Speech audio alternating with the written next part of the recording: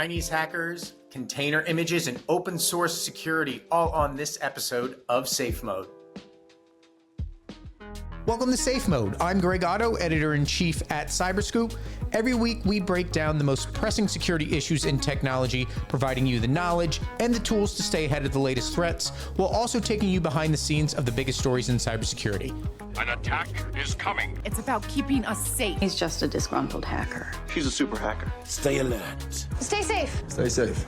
This is Safe Mode. Welcome to this episode of Safe Mode. I am your host, Greg Otto. In this episode, we're going to be talking to Dan Lorenc, the CEO and co-founder of Chainguard. Chainguard has been doing some phenomenal work in the open source security space, and he's going to talk to us about a way that organizations now can keep their container images CVE free. But first, talking with Matt Kapko, reporter for Cyberscoop. It's been a busy week on the front when it comes to Chinese state-backed hackers, and Matt's joining us to talk all about it. So Matt, what's been going on this week? Yeah, so yesterday was a big day for the fight against Chinese state-backed hackers, law enforcement action against them. Federal prosecutors handed down indictments. Microsoft Threat Intelligence also released some research about new activities that they're seeing as well. So these indictments, let's focus on that first. Who was indicted? What is their background? Like, give us a full look at what we got going on here. Yeah, it's pretty extensive. So federal prosecutors indicted 12 Chinese nationals for their alleged involvement in a widespread espionage campaign. This involved domestic hackers for hire ecosystem. Some of these attacks date back to 2011. So this is a long time in the making. The accused include 2 officers of China's Security Services Agency, 8 employees of a company called iSoon, which prosecutors allege was effectively a front for malicious cyber activity backed by China's government, and 2 members of APT-27 or Silk Typhoon, a China state-backed espionage group. So iSoon, if I recall, they've been around a while. Like, this is not the first time we've heard of iSoon. If you've been following Chinese hacking, I feel like iSoon has been talked about in these spaces for a while. Yeah, certainly. So, but they've been involved in multiple attacks against U.S. federal government agencies. Both of the men associated with Silk Typhoon have been sanctioned for their involvement in malicious cyber activity. There's now a $2 million reward for information leading to their arrest or conviction. So who exactly were the targets, or what organizations were the targets that I know that there was a lot of information in these indictments. So let's walk people through that. What exactly were the targets?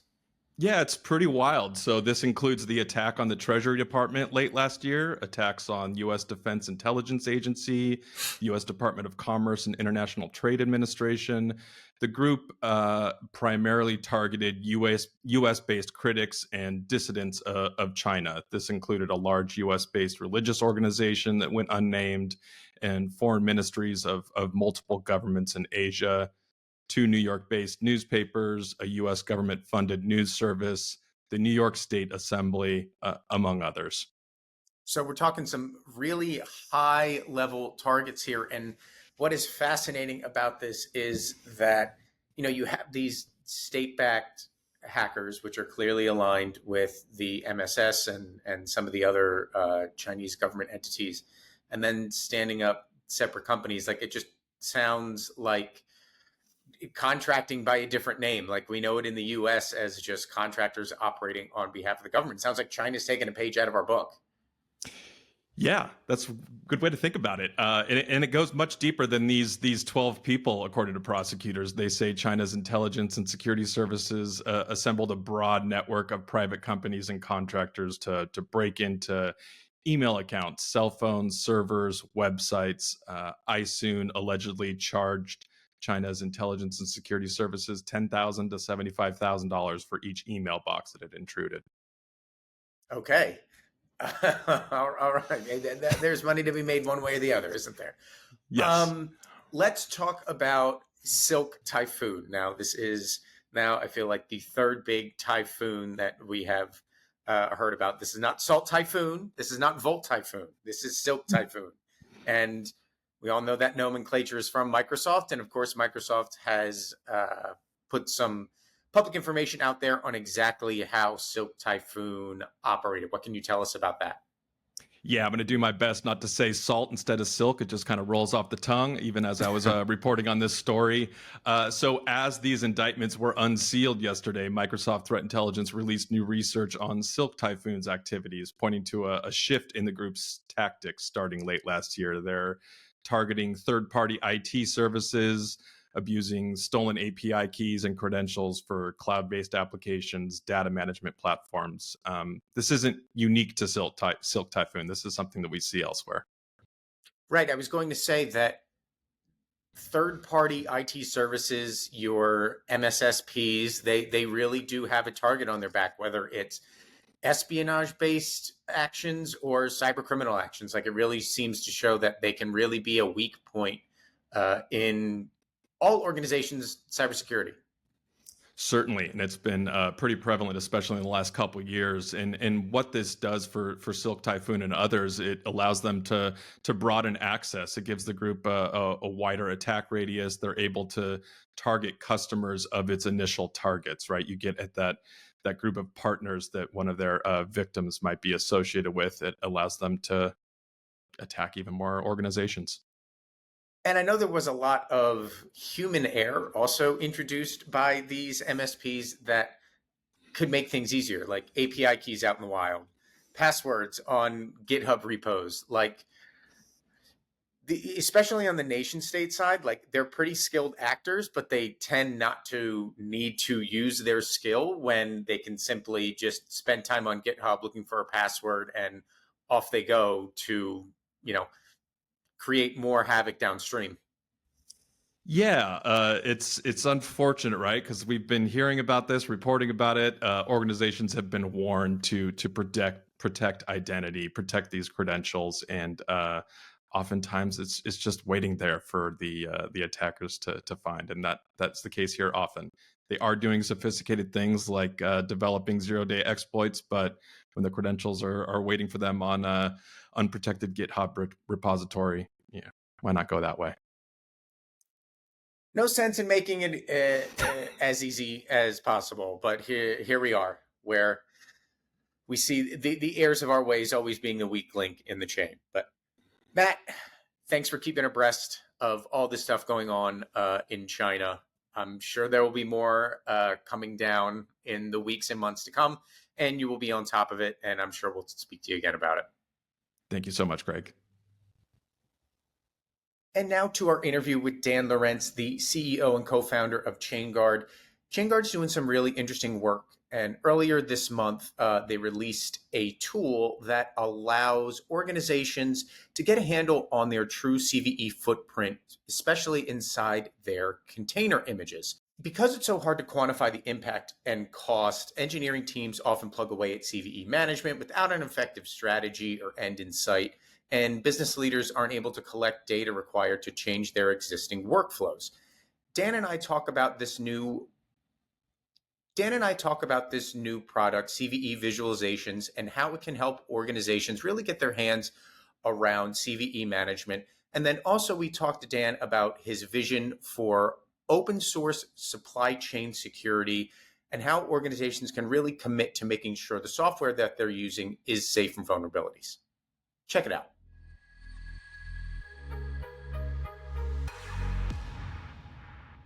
All right, and joining us on this week's Safe Mode is Dan Lorenc, the co-founder and CEO of Chainguard. Dan, thanks for joining us. Thanks for having me, Greg. So, Dan, I know it's been a busy February for you. Some really cool things coming out of Chainguard that we want to get into. But first, can you tell us a little bit about exactly what Chainguard does? Sure. Chainguard is the safe source for open source. We're trying to build a safe, trusted way for companies of all sizes, anyone writing software, to get their hands on and use open source code.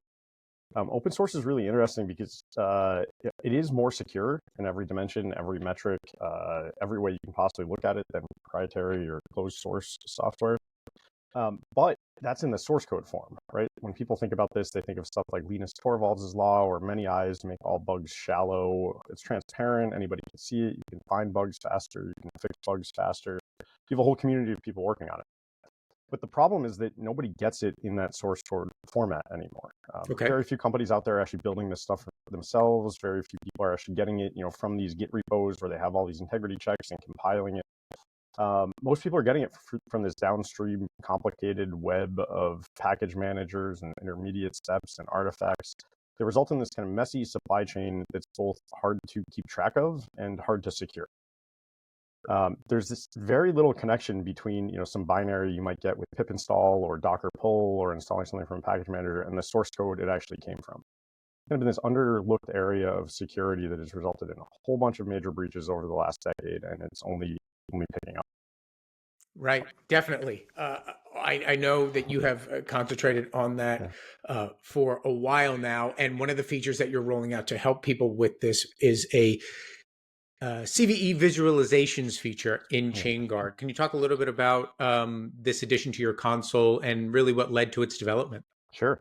Yeah, so our core product today is a set of hardened container images. We have something like 1,300 available today. We're adding 100 more each month, something like that. And in those images are a whole bunch of binaries that we get and build from source, and then we do all of this hard work to keep them patched and updated and free of vulnerabilities. We do that in a bunch of different ways. We strip things out, we minimize, we use hardened compilers, all that fun stuff. But at the end of the day, there's also just a bunch of vulnerabilities that we have to go and fix. And we do that really well. There's a bunch of manual work that we have to do. There's a bunch of automation we've written to kind of handle all of these incoming vulnerabilities.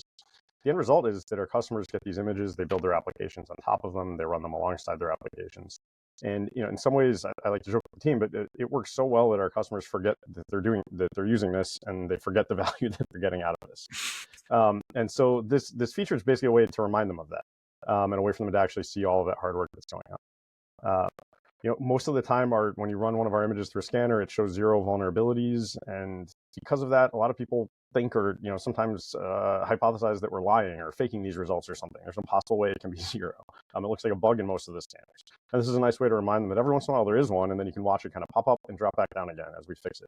So you can kind of see that accumulation of work over time, share it with their teams, send it to the execs to remind them how much value they're getting out of the product that they paid for, and just give them insight into all that hard work we're doing behind the scenes. Yeah, there's sort of a little meta commentary there. If somebody using this sees 0 bugs, when that couldn't possibly be that way. There are so many CVEs out there that I got to have something in my system. That's funny. But on top of that, yeah, if you could dive in a little bit more, I'm wondering what type of metrics and data can users explore with this functionality?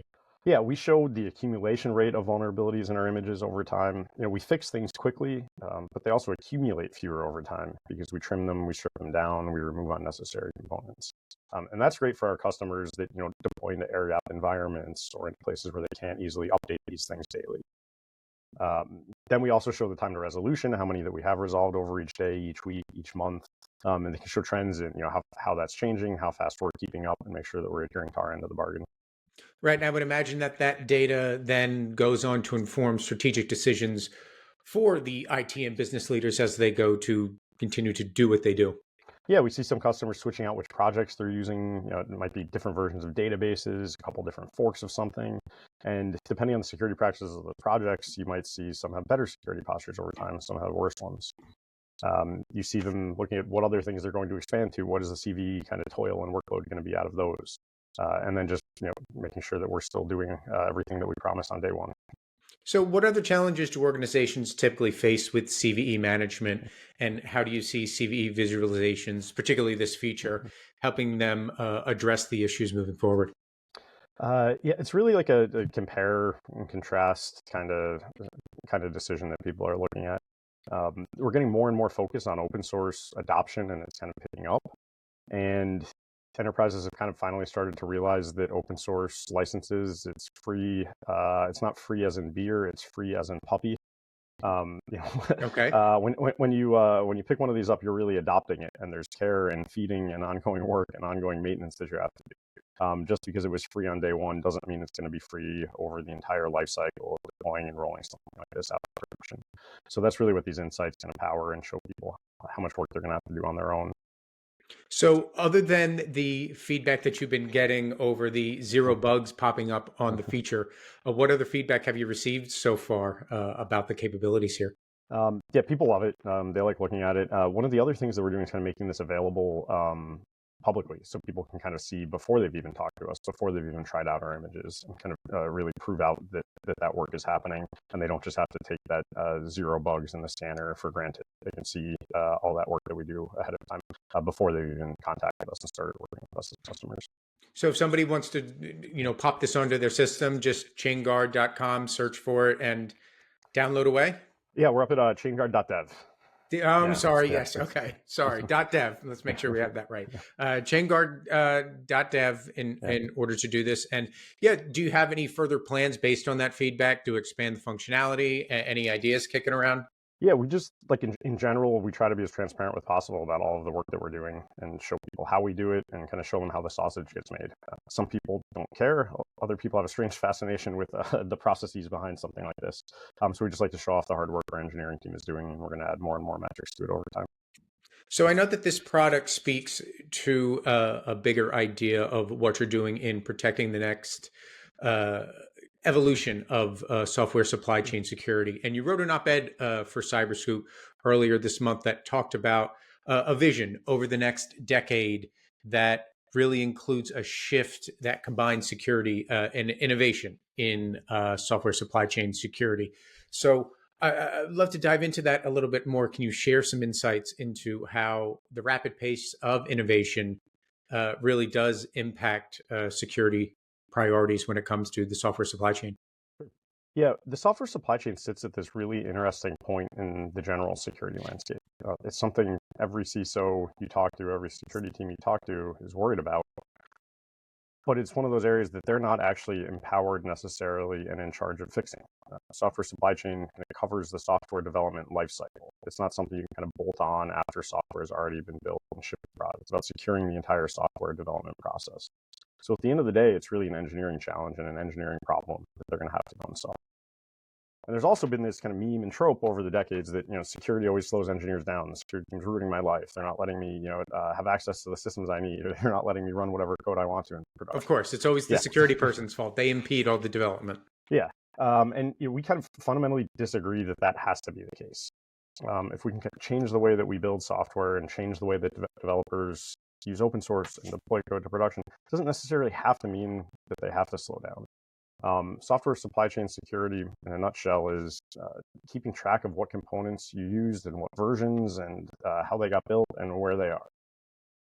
That's the simplest way to explain it. And it turns out that's not actually terrible for engineers. It's terrible if they have to go and do a bunch of work for it, but there are a ton of benefits to being able to know exactly what versions of every library and tool are in production and how those got built and where those came from. We've all had those cases where you were staring at logs in some system of a tool that you wrote or deployed, and we're just baffled at how why logging statements aren't showing up, or why this feature, this bug you fixed is already there, and then you realize that you forgot to deploy, or you're looking at the wrong version of something somewhere. Tightening up all of that and baking this into every stage of that life cycle doesn't need to get in a developer's way. It should be something they don't even have to think about. And in the end, they can have a better experience if we get all of this right. So I know in the op-ed you talk about all of that work actually getting to a point where developers can automatically verify the integrity of dependencies. Can you elaborate a little bit more on, in your idea, what are the core parts that need to happen in order for that vision to come to life? Sure. Yeah. So my background is I worked at Google for about a decade before we started this company. And Google had this amazing internal tooling setup where everything was built, every single change from source into production, including all the dependencies, and all these amazing tools and systems that let developers work a lot faster. But all of this was kind of built in this homegrown mono culture, mono repo. All of the tools were unique. None of this stuff existed outside of Google in a world. And so, anybody that's worked with that system will tell you all these amazing things about it. But it's not one of those things where you can just pick up that system and drop it somewhere else, because it requires, the decades of work and weird decisions and other constraints on the way teams were set up and the way the production environment worked for that system to really make sense. Okay. The challenge here is trying to get those same properties and guarantees, but to kind of the heterogeneous development lifecycle and heterogeneous tool set and different compilers and different package managers and different programming languages and different package managers and different repositories and systems to get to that point. But there's no reason you can't. It's just hard. And I think that that's not a good reason to not try to do something, and that's not a good reason to not do this. And the industry's kind of realized it, because at this point, we kind of are at a breaking point. There's too much open source everywhere. Companies can't keep track of it. And unfortunately, attackers have also noticed and started trying to find problems and inject malicious code on not just known vulnerabilities, not just known CVEs, into every one of these links and life cycles. So I think we've got a lot of tailwinds helping push toward this. Unfortunately, some of them are, bad people on the internet trying to do bad things to companies. Right. But it's if we're going to make this hard transition and get to that, nice outcome in the end, now's the time, and that's what we're trying to do here at Chainguard. So I know you've done some other projects too. What role do supply chain integrity standards and initiatives like the SigStore project that I know you've been involved in, how do you see that fitting into what you want to accomplish? Yeah, I think there's one of the most frustrating things about this space is that it's a whole bunch of messy problems rolled into one. One is that kind of integrity piece you talked about, where it's a leaky pipeline in some ways, right? Like, even if you know all of the ingredients going in, you have no guarantees that's what came out in the end. All of these things can be tampered with and code can get injected. Then there's the known vulnerability piece of just if you've got insecure code coming in, then there's no way to run that securely. And if you're running out-of-date software and don't even know where your software is, then stuff like Log4 shell might still even be an issue in your organization, even though it was found and fixed really quickly, multiple years ago. And so people kind of have this tendency of like, well, why fix the integrity one if we're still going to get hit with known vulnerabilities, or why patch our known vulnerabilities when stuff like XZ utils that happened earlier this year are still a problem. And so you kind of need this combined holistic approach to get to the end. Stuff like the SigStore project helps with that tampering and making these supply chains tamper resistant and tamper proof. But if there's known vulnerabilities or insecure software or old software, just the fact that your artifact is signed and it wasn't tampered with doesn't actually help you. And so stuff like the SALSA framework, which provides a common set of baselines with the graded approach where people can kind of move up over time and gamifies it slightly, help provide enterprises with a good framework and a good leveling system on how to keep moving forward and what to do next after you've kind of hit a baseline criteria. And the SigStore project helps with tamper resistance in these supply chains, but it doesn't actually stop attackers. It helps you find and trace an attack back when it does happen and maybe recover from it more quickly. And then you just have the ongoing toil of, all software has bugs. Some of those bugs cause security issues. And you're kind of on this treadmill of having to constantly update. But by gradually tightening up all of these and getting yourself into a position where you know what's running everywhere, you know what versions of it, you know where it came from, then you can be in a position to update things quickly when one of those does happen. So I know that SigStore is a project that many other companies and foundations work on. I'm wondering, in your eyes, how important is the collaboration across the software ecosystem to achieving this vision of inherent security?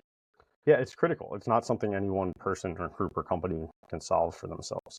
Some of the most exciting movement hasn't been the code or the way it works or anything like that. It's in the adoption, right? The Python Software Foundation and the group that runs the Python package index, PyPI, has just rolled out a feature called trusted publishing, which is based on a lot of this. Where you can trace a Python package actually back to, say, the GitHub action or CI machine or job that was used to build it, which lets you trace it back to the source code. And the way they've done all of this is you just click a couple buttons and you get that feature. That requires collaboration with the whole Python community to roll out and get working end-to-end and package managers, everything. The same thing in Maven Central. Sonatype, the company that runs that, just added support for SigStore-based signatures to Maven Central. There's probably a dozen other programming languages and package repositories, and there's new ones created every single week. It's like that XKCD cartoon of let's create one more standard to unify them all, and now you have one more standard. It's not something any one group or company or person can really fix by themselves. So it takes a village. So speaking of taking a village, kind of the flip side of that, what lessons can be learned from past security failures like the XE utils or Log4Shell or anything that we do see crop up in the software development space and especially in the open source space? Because as we all know, this software kind of powers everything, whether it is something that is truly open source or the underlying code that gets baked into some proprietary offerings that we see on the market. So what do you think are the big lessons learned as we move into the future here? Yeah, I think there's a few. I think, probably, it shouldn't be controversial, but the most controversial take of Log4Shell is that open source works. It's not an open source problem, right? It was a bug. It had been there for a while. All software has bugs. It was found, reported, and fixed in days by volunteers on the internet. The problem wasn't with them. The problem was with all of the people that had a rush and a panic to even figure out where and if they were using that version and how to upgrade it. And everybody kind of did because it was such a disaster scenario and, the most easily exploitable and most severe vulnerability, so far. But then I saw a statistic where like 40% of organizations had accidentally reintroduced it over the next year after they'd fixed it that first time. Wow. Okay. Yeah. So it's not an open source problem. It's a way that people view and treat and use open source problem. And that's kind of what has to change. XZ utils though is a much scarier one if you look at that. Yeah. That was I've been waiting for something like this to happen, for a decade. And it kind of did. Where people with unlimited time and patience can get access to one of these projects and then do bad things. Like I said before, the great part of open source is anyone on the internet can see and contribute to it. The flip side and scary angle to that is if you spend any time on the internet, not everyone on the internet is a nice person. Yes. Bad people includes everybody, unfortunately, right? Yeah. And I doubt that was the first time somebody had tried that. And I can guarantee it's not going to be the last time. And there's probably more of these sitting somewhere lurking and just waiting to be found. So then finally, I would say, what advice would you give to organizations that are looking to align with the future vision of security and innovation? Yeah, the basic one is don't take open source for granted. And, you can take that statement a bunch of different ways. You're getting free work from communities, people contributing. That's valuable. They need support, give back, that kind of way. But also take it as, don't ignore it. Don't forget about all of that code that you're using internally. Have ways to keep track of it. If you buy a piece of software and you need licenses to use it, everybody's keeping very careful track on that, especially with these pushes to efficiency. Nobody wants unused seats going around. Right. Most companies can tell you exactly how many copies of Microsoft Word they have and who's using them and what systems they're on, because you've got to pay for that. Just because open source is free doesn't mean you don't have to pay attention to where it is and make sure you're updating it and make sure that you are taking care of it. Great. The service, chainguard.dev, not chainguard.com, chainguard.dev. Dan Lorenc, really appreciate you hopping aboard with us this week. Always appreciate your insights on open source and look forward to speaking with you again. Yeah, thanks for having me on. Thanks for listening to Safe Mode, a weekly podcast on cybersecurity and digital privacy brought to you by Cyberscoop. If you enjoyed this episode, please leave a rating and a review and share it with your friends, your coworkers, your CISOs, your sysadmins, your mom, your dad, anybody that wants to know more about cybersecurity. To find out more information or to contact me, please look for all of our social media handles or visit cyberscoop.com. Thanks for listening. Check us out next week.